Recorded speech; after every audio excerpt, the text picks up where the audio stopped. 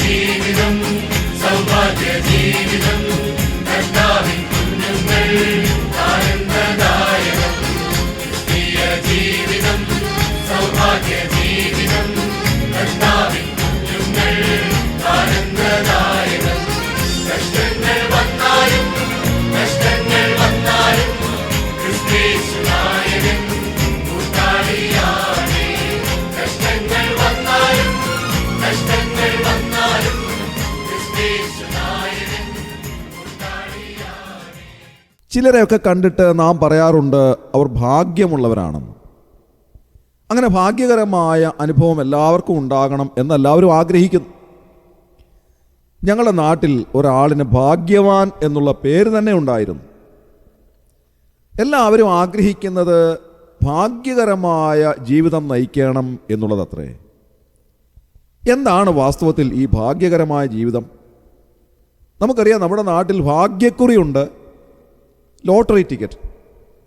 ഈ ഭാഗ്യക്കുറി അടിച്ചു കഴിഞ്ഞാൽ ഭാഗ്യവാനാണ് എന്ന് ആളുകളെല്ലാവരും പറയുന്നു. അങ്ങനെ ഒരു ലോട്ടറി അടിച്ചത് കൊണ്ട് നാം ഭാഗ്യവാന്മാരാകുമോ? ധാരാളം പണം നമുക്ക് ലഭിച്ചത് കൊണ്ട് നാം ഭാഗ്യാവസ്ഥയിലുള്ളവരാണെന്ന് പറയാൻ സാധിക്കുമോ?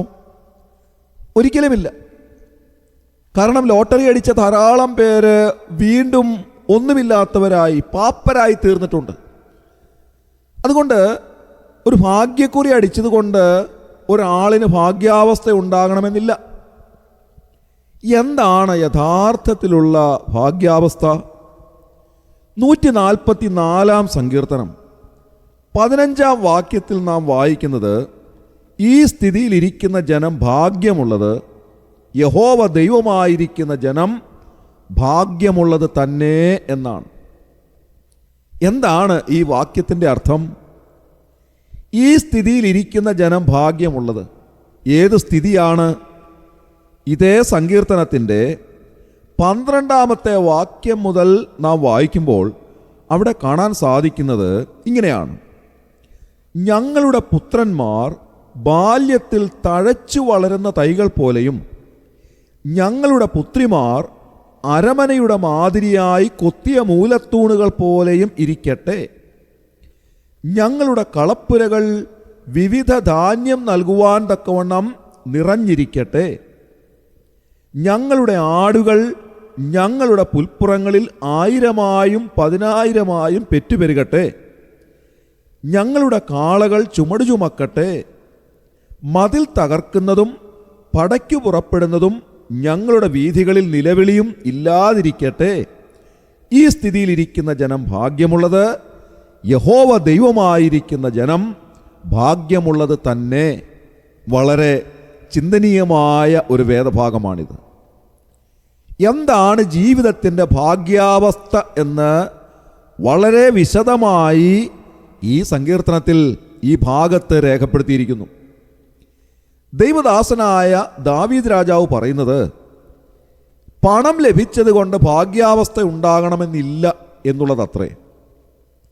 താൻ പറയുന്നത്, ഒന്നാമത് ഞങ്ങളുടെ പുത്രന്മാരും ഞങ്ങളുടെ പുത്രിമാരും ഞങ്ങളുടെ ഭവനങ്ങളിൽ വളരെ അനുഗ്രഹിക്കപ്പെട്ടവരാകണം. ഭാഗ്യാവസ്ഥയുടെ ഒന്നാമത്തെ പടി അതുതന്നെയാണ്. നമ്മുടെ ഭവനങ്ങളിലെ നമ്മുടെ കുഞ്ഞുങ്ങൾ ആദ്യമായി അനുഗ്രഹിക്കപ്പെട്ടവരാകണം. അവർ ദൈവത്തെ ഭയപ്പെടുന്നവരും ദൈവത്തെ മാനിക്കുന്നവരും ദൈവത്തെ ആരാധിക്കുന്നവരുമാകണം. അവർ അമ്മയപ്പന്മാരെ അനുസരിക്കുന്നവരാകണം.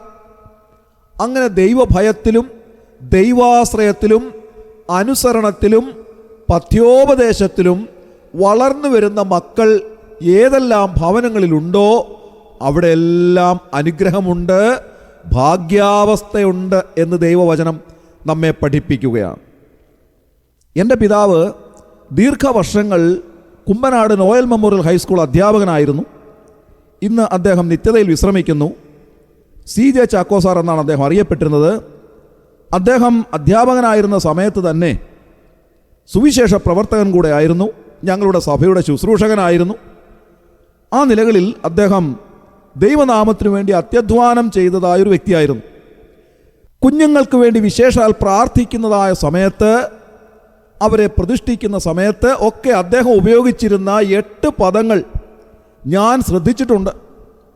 വളരെ പ്രധാനപ്പെട്ട 8 കാര്യങ്ങൾ ആ കുഞ്ഞുങ്ങൾക്ക് വേണ്ടി അദ്ദേഹം പ്രാർത്ഥിക്കുമായിരുന്നു.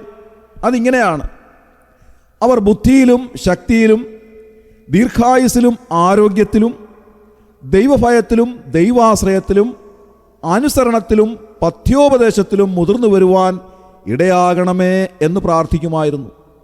ഈ 8 കാര്യങ്ങൾ വളരെ പ്രധാനപ്പെട്ടവയാണ്.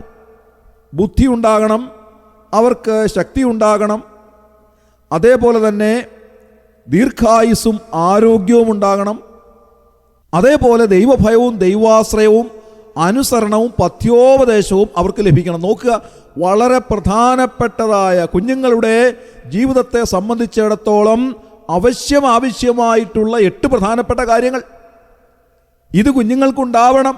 എങ്കിൽ മാത്രമേ അവർ അനുഗ്രഹിക്കപ്പെടുകയുള്ളൂ. അതുതന്നെയാണ് ദൈവദാസനായ ദാവീദ് രാജാവ് 144-ാം സങ്കീർത്തനത്തിൽ പറയുന്നത്. ഞങ്ങളുടെ പുത്രന്മാർ ബാല്യത്തിൽ തഴച്ചു വളർന്ന തൈകൾ പോലെയും ഞങ്ങളുടെ പുത്രിമാർ അരമനയുടെ മാതിരിയായി കൊത്തിയ മൂലത്തൂണുകൾ പോലെയും ഇരിക്കട്ടെ. ഞാൻ വിവരിപ്പാൻ ആഗ്രഹിക്കുന്നില്ല, നമ്മുടെ മുൻപാകെ സമയം കുറവാണല്ലോ. വല്ലാത്തൊരു കാലത്താകുന്നു നാം ജീവിക്കുന്നത്. മിക്ക ഭവനങ്ങളിലെയും അരക്ഷിതാവസ്ഥയ്ക്ക് കാരണം അവിടുത്തെ കുഞ്ഞുങ്ങളാണ് എന്നുള്ളത് എടുത്തു പറയേണ്ടുന്ന ആവശ്യമില്ല. എന്നാൽ ആ കുഞ്ഞുങ്ങളുടെ അനുഗ്രഹിക്കപ്പെട്ട ഭാവിയാണ് കുടുംബത്തിൻ്റെ ഭാഗ്യാവസ്ഥ എന്നുള്ളത് മനസ്സിലാക്കുവാൻ എല്ലാവർക്കും ഇടയാകേണ്ടത് ആവശ്യമാണ്.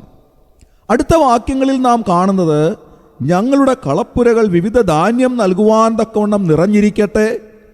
ഞങ്ങളുടെ ആടുകൾ ഞങ്ങളുടെ പുൽപ്പുറങ്ങളിൽ 1000-ആയും 10,000-ആയും പെറ്റുപെരുകട്ടെ. ഞങ്ങളുടെ കാളകൾ ചുമട് ചുമക്കട്ടെ. മതിൽ തകർക്കുന്നതും പടയ്ക്ക് പുറപ്പെടുന്നതും ഞങ്ങളുടെ വീഥികളിൽ നിലവിളിയും ഇല്ലാതിരിക്കട്ടെ. എന്ന് പറഞ്ഞാൽ സമാധാനവും സന്തോഷവും ഞങ്ങളുടെ ഭവനങ്ങളിൽ ഉണ്ടാകട്ടെ. പ്രയാസങ്ങളും പ്രശ്നങ്ങളും ഭീകരമായ സ്ഥിതിയും എല്ലാം മാറിപ്പോയിട്ട് അനുഗ്രഹീതമായ ഒരു സ്ഥിതി ഭവനങ്ങളിൽ ഉണ്ടാകുവാൻ ഇടയാകട്ടെ. നാം 15-ാം വാക്യത്തിലേക്ക് വരുമ്പോൾ ദാവീദ് രാജാവ് പറയുകയാണ്, ഈ സ്ഥിതിയിലിരിക്കുന്ന ജനം ഭാഗ്യമുള്ളത്, യഹോവ ദൈവമായിരിക്കുന്ന ജനം ഭാഗ്യമുള്ളത് തന്നെ. എന്താണ് താൻ എടുത്തു പറയുന്നത്?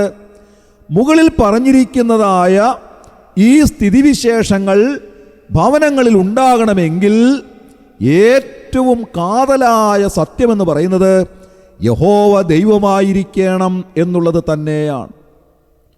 യഹോവ ദൈവമായിരിക്കുന്ന കുടുംബം അനുഗ്രഹിക്കപ്പെട്ട കുടുംബമാണ്. അവിടെയുള്ള കുഞ്ഞുങ്ങൾ അനുഗ്രഹിക്കപ്പെട്ടവരാകുന്നു. അവരുടെ ഭവനങ്ങളിൽ സന്തോഷവും സമാധാനവും ഉണ്ടാകുന്നു.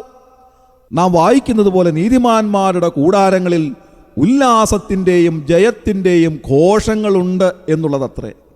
അതുകൊണ്ട് ഇന്ന് രാവിലെ യഹോവ ദൈവമായിരിക്കുന്ന ജനം ഭാഗ്യമുള്ളത് എന്ന് എടുത്തു പറയുവാൻ ഞാൻ ആഗ്രഹിക്കുകയാണ്.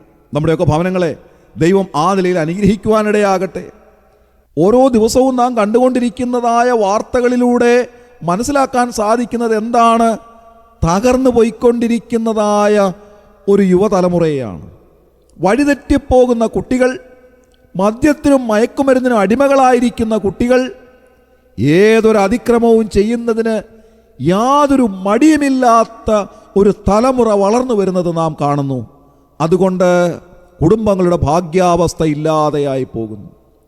ഇന്ന് രാവിലെ ഈ വചനം ശ്രദ്ധിക്കുന്ന ആരുടെയെങ്കിലും ഭവനത്തിൽ ഈ നിലയിലുള്ളതായ സ്ഥിതി ഇല്ല എങ്കിൽ ദൈവവചനത്തിൻ്റെ അടിസ്ഥാനത്തിൽ അവരെ ഓർമ്മിപ്പിക്കുവാൻ ഞാൻ ആഗ്രഹിക്കുന്നത് യഹോവ ദൈവമായിരിക്കുന്ന ജനം ഭാഗ്യമുള്ളത് തന്നെ എന്നാണ്. മറ്റൊരു കാര്യത്തെയും ഭാഗ്യാവസ്ഥയായി കാണുവാൻ സാധ്യമല്ല. ഈ ലോകത്തിലെ ജീവിതത്തിൽ മാത്രമല്ല, ഈ ലോക ജീവിതത്തിനപ്പുറമായി ഒരു വലിയ ഭാഗ്യാവസ്ഥ നമുക്ക് നൽകുന്ന അനുഗ്രഹീതമായ ഒരു അനുഭവമാണ് യഹോവ ദൈവമായിരിക്കുക എന്ന് പറഞ്ഞാൽ. ആ നിലയിലേക്ക് കടന്നു വരുവാൻ കർത്താവ് എല്ലാവരെയും സഹായിക്കട്ടെ. യേശു ക്രിസ്തുവിനെ രക്ഷിതാവും കർത്താവുമായി സ്വീകരിക്കുന്നതിലൂടെ യഹോവയായ ദൈവത്തിൻ്റെ അരികിലേക്ക് അടുത്തു ചെല്ലുവാൻ നമുക്ക് അനുവാദം ലഭിക്കുന്നു. ആ വലിയവനായ ദൈവം, യഹോവയായ ദൈവം, സർവത്തിൻ്റെ ഉടമസ്ഥനായ, സർവാധികാരിയായ, സർവവ്യാപിയായ, സർവശക്തനായ ആ ദൈവത്തെ നമുക്ക് ആരാധിക്കുവാനും മഹത്വപ്പെടുത്തുവാനും എല്ലാവർക്കും ഇടയാകട്ടെ. നമ്മുടെ കണ്ണുകളെ അടയ്ക്കാം, പ്രാർത്ഥിക്കാം. ക്രിസ്തുയേശുവിലൂടെ അതിവാത്സല്യമായി ഞങ്ങളെ സ്നേഹിക്കുന്ന സ്വർഗീയ പിതാവാം നല്ല ദൈവമേ, അനുഗ്രഹകരമായ ഈ പ്രഭാതത്തിനായി ഞങ്ങൾ നന്ദിയോടെ സ്തോത്രം ചെയ്യുന്നു. കർത്താവെ, ഞങ്ങൾ ചിന്തിച്ചതുപോലെ വല്ലാത്തൊരു കാലത്താകുന്നു ഞങ്ങൾ ജീവിക്കുന്നത്. പല ഭവനങ്ങളിലെയും കുഞ്ഞുങ്ങൾ നിമിത്തം വലിയ നിരാശയും പ്രയാസങ്ങളും ജീവിതത്തിലെ തകർച്ചയും കണ്ടുകൊണ്ടിരിക്കുന്ന ഒരു കാലത്ത് ഞങ്ങൾ അവിടുത്തെ വചനത്തിൽ ആശ്രയിക്കുന്നു. അവിടുത്തെ വചനം ഞങ്ങൾക്ക് നൽകുന്നതായ മാർഗനിർദ്ദേശം അനുസരിച്ച് ഞങ്ങളുടെ കുഞ്ഞുങ്ങൾ അനുഗ്രഹിക്കപ്പെടുവാൻ അവിടുന്ന് ഇടയാക്കണമേ എന്ന് പ്രാർത്ഥിക്കുന്നു. യഹോവ ദൈവമായിരിക്കുന്ന ജനം ഭാഗ്യമുള്ളത് എന്നെഴുതിയിരിക്കുന്നത് പോലെ ഞങ്ങളുടെ ഭവനങ്ങൾ ഭാഗ്യാവസ്ഥയിലേക്ക് വരുവാൻ അവിടുന്ന് ഇടയാക്കിയതിനായി ഞങ്ങൾ നന്ദിയോടെ സ്തോത്രം ചെയ്യുന്നു. കർത്താവെ, ശുശ്രൂഷ സംബന്ധിച്ച് ആരെങ്കിലും ഈ ഒരു അനുഭവത്തിലേക്ക് കടന്നു വരാത്തവരായിട്ടുണ്ടെങ്കിൽ അവർക്ക് യഥാർത്ഥ ഭാഗ്യാവസ്ഥ എന്താണെന്ന് മനസ്സിലാക്കുവാൻ അവിടുന്ന് അനുവദിക്കണമേ എന്ന് പ്രാർത്ഥിക്കുന്നു. യഹോവയായ ദൈവത്തെ ആരാധിക്കുവാനും മഹത്വപ്പെടുത്തുവാനും കർത്താവായ യേശുക്രിസ്തുവിലൂടെ ആ പിതാവാം ദൈവത്തിൻ്റെ അരികിലേക്ക് അടുത്തു വരുവാനും അവരെ അവിടുന്ന് സഹായിക്കണമേ. അവരുടെ ഭവനങ്ങളിൽ സന്തോഷവും സമാധാനവും ഉണ്ടാകുവാൻ ഇടയാക്കണമേ. അവരുടെ മക്കൾ അനുഗ്രഹിക്കപ്പെടാൻ ഇടയാക്കണമേ. ഞങ്ങൾ ചിന്തിച്ചതുപോലെ ബുദ്ധിയിലും ശക്തിയിലും ദീർഘായുസ്സിലും ആരോഗ്യത്തിലും ദൈവഭയത്തിലും ദൈവാശ്രയത്തിലും അനുസരണത്തിലും പഥ്യോപദേശത്തിലും അവർ മുതിർന്നു വരുവാൻ അവരെ ഇടയാക്കണമേ എന്ന് പ്രാർത്ഥിക്കുന്നു. ഇന്നത്തെ ദിവസം ഞങ്ങൾക്ക് അനുഗ്രഹമാക്കി തന്നാട്ടെ. ഞങ്ങളുടെ വഴിയാത്രകളിൽ കൂടെ ഇരുന്ന് സഹായിക്കണമേ. അപകടങ്ങളിൽ നിന്നും ആപത്തുകളിൽ നിന്നും അനർത്ഥങ്ങളിൽ നിന്നും ഞങ്ങളെ വിടുവിക്കണമേ. ഇന്നത്തെ ദിവസം അനുഗ്രഹത്തിനായി ഞങ്ങൾക്ക് സമ്മാനിക്കണമേ. ഈ ശുശ്രൂഷയെ സംബന്ധിച്ച് എല്ലാവരെയും അവിടുന്ന് അനുഗ്രഹിച്ചതിനായി ഞങ്ങൾ നന്ദി പറയുന്നു. ഞങ്ങളുടെ പ്രാർത്ഥന കേട്ടതിനായി സ്തോത്രം. ഞങ്ങളുടെ കർത്താവ് രക്ഷിതാവുമായ യേശു ക്രിസ്തുവിൻ്റെ ധന്യമായ നാമത്തിൽ തന്നെ ആമേൻ.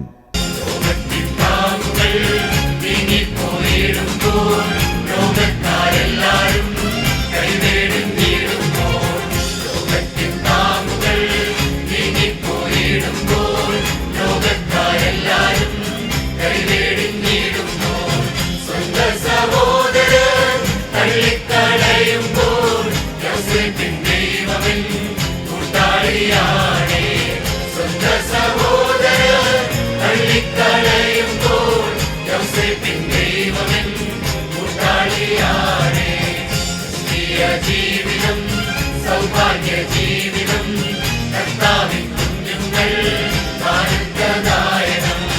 അന്ധകാരം ഭൂവിൽ വ്യാപരിച്ചിടുമ്പോൾ രാജാക്കൾ നേതാക്കൾ ശത്രുക്കളാകുമ്പോൾ, അന്ധകാരം ഭൂവിൽ വ്യാപരിച്ചിടുമ്പോൾ രാജാക്കൾ നേതാക്കൾ ശത്രുക്കളാകുമ്പോൾ, അഗ്നികുണ്ഡത്തിലും സിംഹക്കുഴിയിലും ദാനിയേലിൻ ദൈവമെൻ കൂട്ടാളിയാണേ. അഗ്നികുണ്ഡത്തിലും സിംഹക്കുഴിയിലും ദാനിയേലിൻ ദൈവമെൻ കൂട്ടാളിയാണേ. ക്രിസ്തീയ ജീവിതം സൗഭാഗ്യ ജീവിതം കർത്താവിൻ